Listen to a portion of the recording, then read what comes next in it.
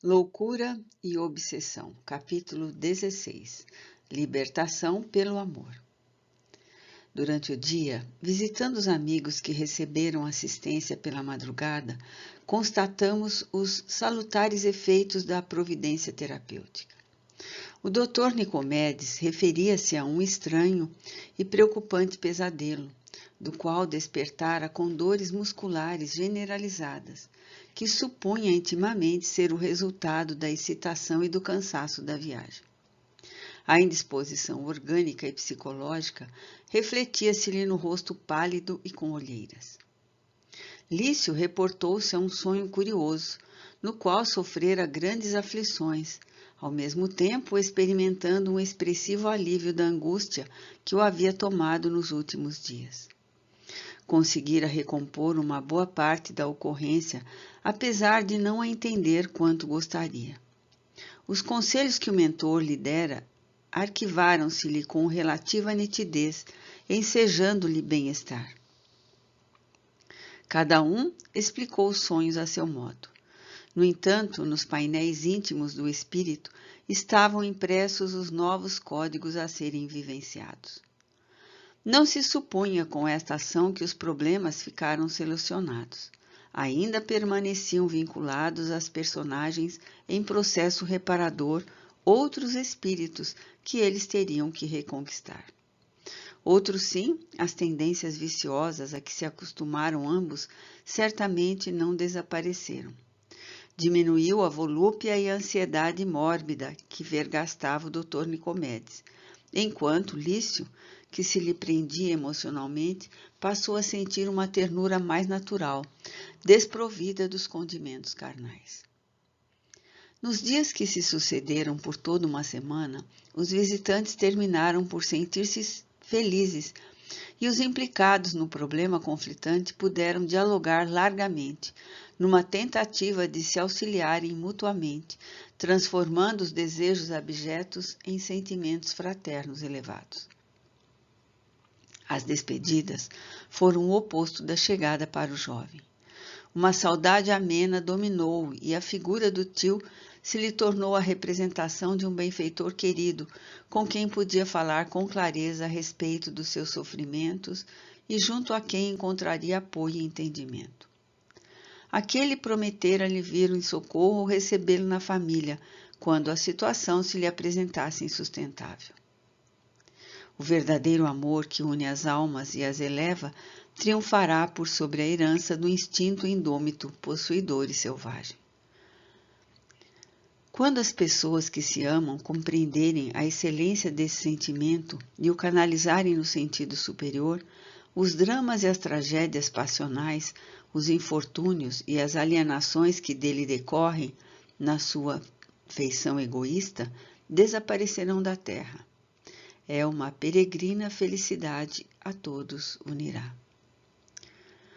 O tempo e o prosseguimento da terapêutica se encarregariam do nosso jovem, que renascia dos escombros do passado para uma vida nova, devendo experimentar e vencer as naturais dificuldades que um tentame de tal porte lhe impunha.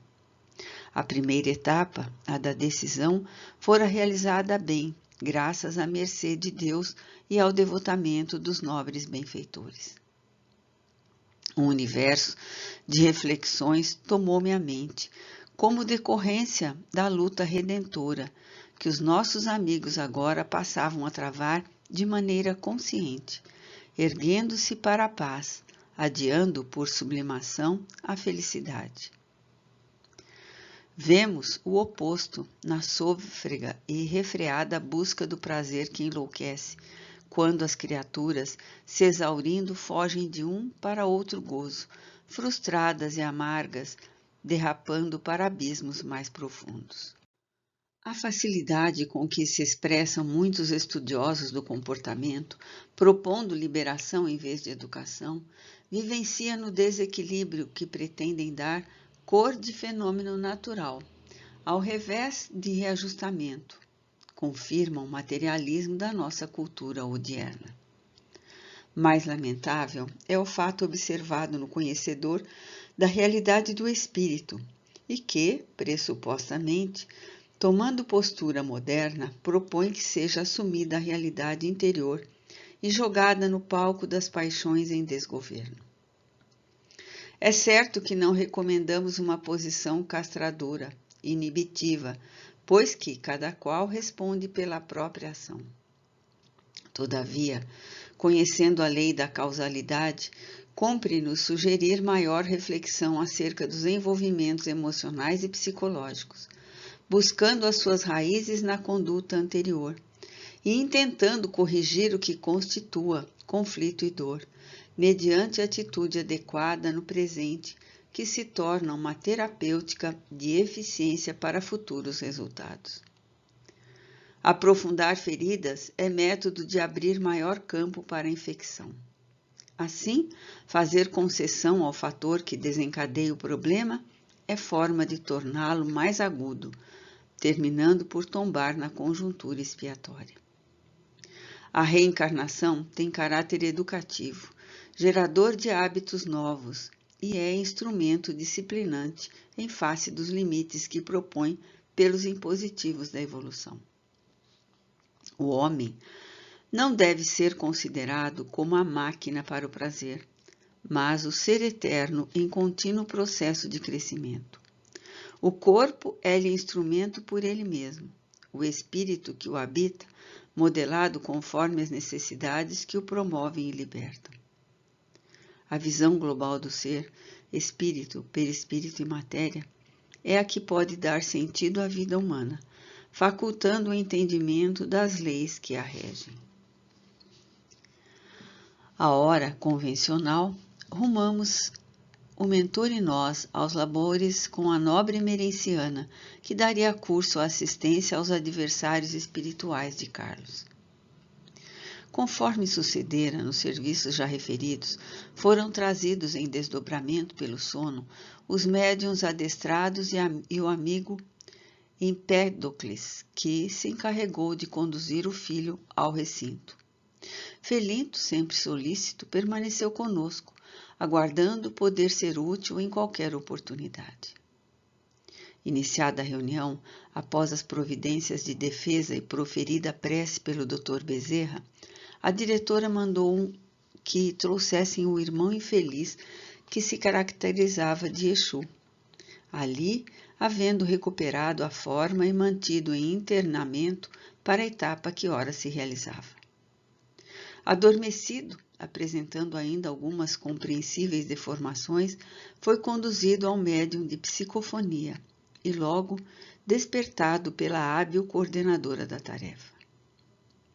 Denotava cansaço e alguma turbação psíquica, defluentes dos fluidos tóxicos largamente ingeridos e cuja eliminação abrupta produzira-lhe o esvaziamento interior, embora só a longo prazo venha a libertar-se totalmente. Com voz pausada, a benfeitora trouxe-o à atualidade e explicou-lhe. Sabemos das razões do teu suplício e aqui estamos para ajudar-te. Filho de Deus que és, quanto também o somos, chega o momento da tua renovação e compreenderás a sabedoria da justiça divina. Antes, porém, recua no tempo e volve a senzala ao poste de sacrifício. Recorda. O sofredor cerrou as pálpebras do médium e caiu em pranto de dor e de revolta, impossibilitado de falar. Concomitantemente, o Dr. Bezerra aplicou o mesmo recurso em Carlos, que voltou à forma arrogante que o infelicitara e de cujos efeitos agora padecia. Percebendo a ocorrência, o senhor Empédocles, registrando a chegada da mãe adotiva do passado, autossugestionou-se e volveu à infância, quando os pais haviam sido sacrificados pelo infeliz senhor.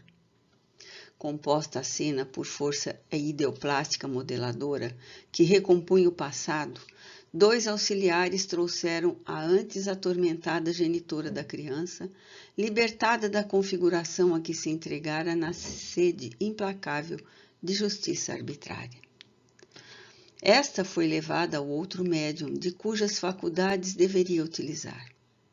Igualmente convidada ao antigo cenário, ali reconstituído, assumiu a personalidade na qual se desencadeara a pugna selvagem. Dando-se conta do que ocorria, pois que se recordou dos últimos trabalhos nos quais reencontrara o filhinho, marejou os olhos de pranto, num misto de alegria e de saudade do ser querido. A mentora, segura da gravidade do momento, da sua alta significação naquelas vidas, expôs sem afetação. Aqui nos reúne a misericórdia de Deus. Ela irradiava peregrina luminosidade, para apagarmos os incêndios que o ódio ateou com a água pura do amor. Criados para a glória, detemo-nos no sofrimento por opção pessoal, pois que, criado por nós, este sofrimento é o látego que elegemos para a própria depuração, como efeito da rebeldia que nos apegamos. Não obstante a preferência infeliz, o momento chega em que as ovelhas tresmalhadas são compelidas ao retorno ao rebanho, seguindo o pastor paciente que as aguarda, afetuoso. Ninguém é considerado em privilégio ou desdita. Todos que chegam são cansados e sofridos, encontrando repouso para as fadigas e o medicamento para as doenças. Este é o vosso momento. O irmão José Manuel continuou, acercando-se do antigo escravo, desejou, não há muito, destruir outra adversária do seu verdugo, por desejá-lo apenas para si, constatando que a maior força é a do bem. Despindo-se da aparência que lhe dava uma falsa posição de poder, reencontra-se frágil e dependente, como somos todos nós ante as poderosas leis da vida. No entanto, a fim de aquilatar o acerto da providência que tomamos, é do nosso desejo esclarecer-lhe que a antagonista que lhe disputava a presa não é outra alma, senão a esposa que o inimigo trucidara. Dr. Bezerra conduziu o médium que a incorporava, e quando os dois se contemplaram, foi inevitável a explosão de felicidade no pranto que lhes jorrava no íntimo, agora sem o ácido que os queimava cruelmente.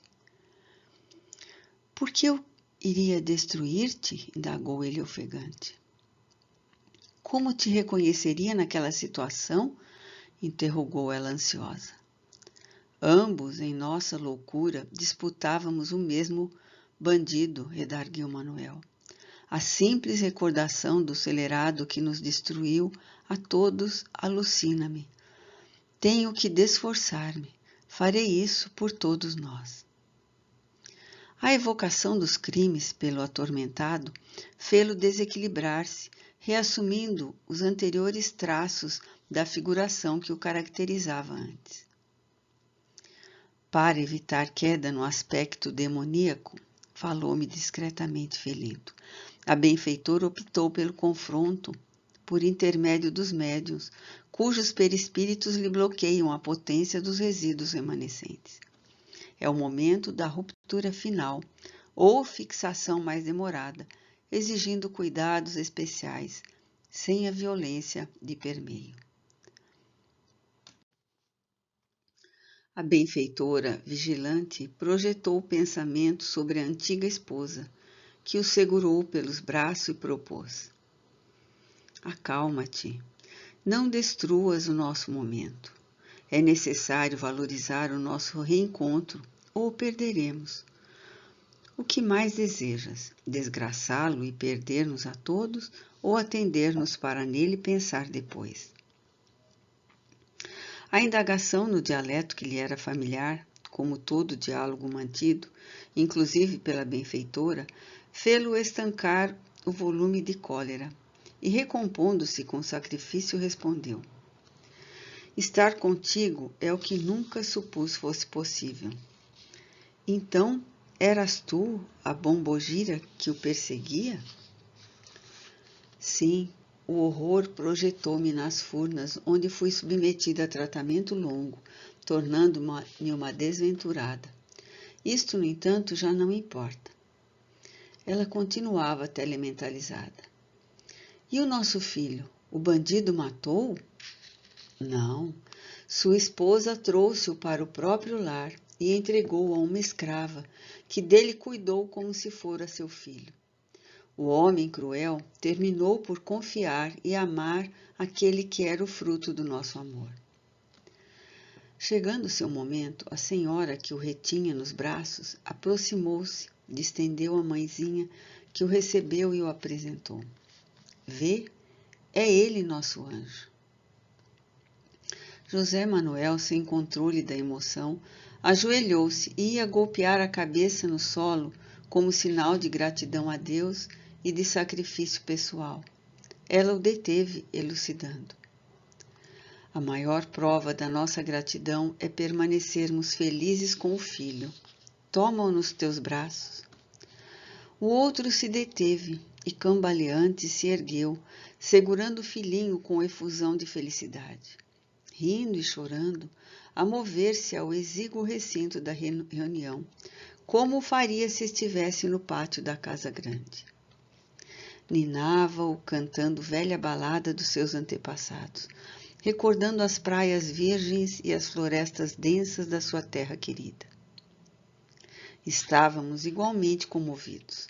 Assim, mergulhamos na oração gratulatória e intercessória ao mesmo tempo, pelos e em favor dos envolvidos naquela demorada e maléfica trama que o amor agora desarticulava.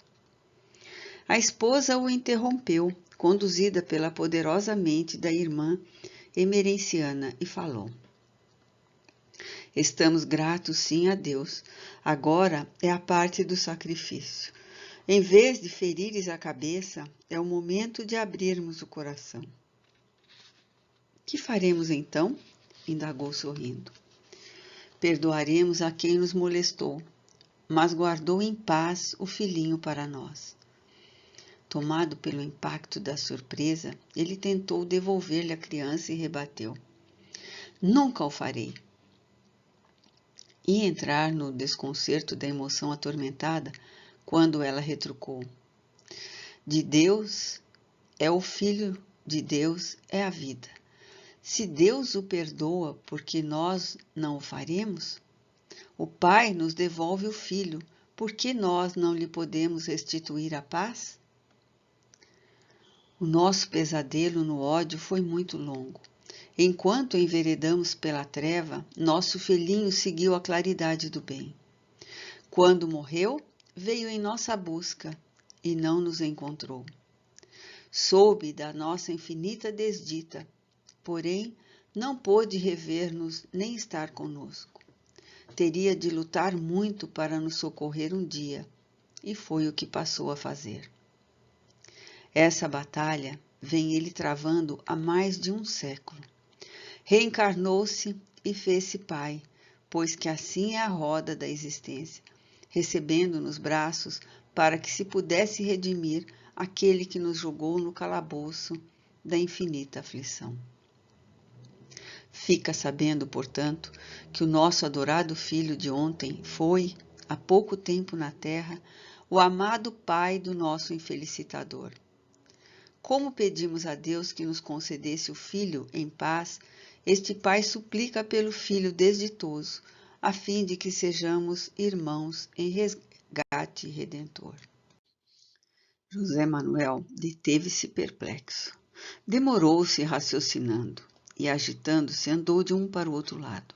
Por fim, balbuciou fulminado: Que estratagema! Não sei se é abençoada ou maldita a circunstância. Se nos vingarmos, teremos que infelicitar o filho amado daquele que é o nosso filho querido. Sim, e como nos verá ele a conduta? Está conosco, utilizando-se da forma correspondente à idade com que o deixamos na terra. E os crimes que o bárbaro cometeu contra nós? Praticou-os contra ele mesmo. Observa-o, humilhado e sob controle, quanto nós próprios nos encontramos. Ele tem sofrido a nossa presença nefanda há quanto tempo? Ei-lo enfermo mental, sob o jugo dos seus erros, que nós ambos pioramos com a nossa fúria. Para quê? Tirar-lhe o corpo não é tomar-lhe a vida. Se prosseguirmos com o nosso plano, já não o teremos, pois que ele, pagando à consciência divina os seus crimes, nos escapará. Que será de nós? E como nos verá o filho que retornou como seu pai, a quem seguirá senão ao que mais necessita? E no caso será ele? De minha parte, declaro: amo-te, porém o perdoo. Eu sei o que é sofrer e conheço o travo ímpar do desconforto moral e da aflição. Não imporei mais desdita a ninguém. O interlocutor estava algo aturdido. Assim mesmo, num relance de claridade, fitou a mulher e o filhinho nos seus braços e derreou-se na cadeira, acendendo com débil voz. Não há outro caminho a percorrer. Peço a Deus que me perdoe também e nos ajude nessa conjuntura imprevista. A esposa voltou a abraçá-lo e a irmã emerenciana, tomando o centro da sala, explicou: estranháveis a dor que vos macerava até há pouco e pedis justiça. Acreditáveis que éreis inocente, colhidos pela mesquinha fatalidade que se compraz na desdita das criaturas. Enganai-vos. O eito da escravidão foi feito de loucuras que praticastes em existências passadas na Europa, donde fostes degredados em espírito para renascerdes na África, que vos proporcionaria o Calvário libertador. O orgulho ferido, as reminiscências e o egoísmo uniram-se para vos destroçar, e não o que vos fizeram os caçadores de escravos e o infeliz senhor. Também eu provei o fel da amargura, a tenaz do degredo nas carnes da alma. Semi-louca de dor, elegi o perdão antes que a vingança, e por amor a um filho, que optou pelo crime como vós, aqui permaneço, a fim de o ajudar. Não há, como vedes, efeito sem causa, razão pela qual ninguém sofre sem merecer. Hoje recomeçais o vosso processo de redenção após demorado estágio por preferência pessoal no sofrimento que vos capacitará para mais avançadas conquistas. Confiai em Deus e tende coragem. São infinitos os caminhos do amor que se nos apresentam pelas mais variadas maneiras, convidativos e abençoados. Se soubermos distinguir os mais breves e libertadores, prontamente fruiremos a paz. Agora, repousai por algum tempo, após a fatigante peleja. Despertareis além desses sítios e dessas vibrações, em lugar formoso que vos aguarda e donde partireis para outras etapas com amores que esquecestes temporariamente, porém que velavam por vós nesta imensa noite de agonia. Deus vos abençoe. As entidades foram se deixando envolver pelas dúlcidas vibrações daquela suave e enérgica mãe espiritual e adormeceram, inclusive Carlos.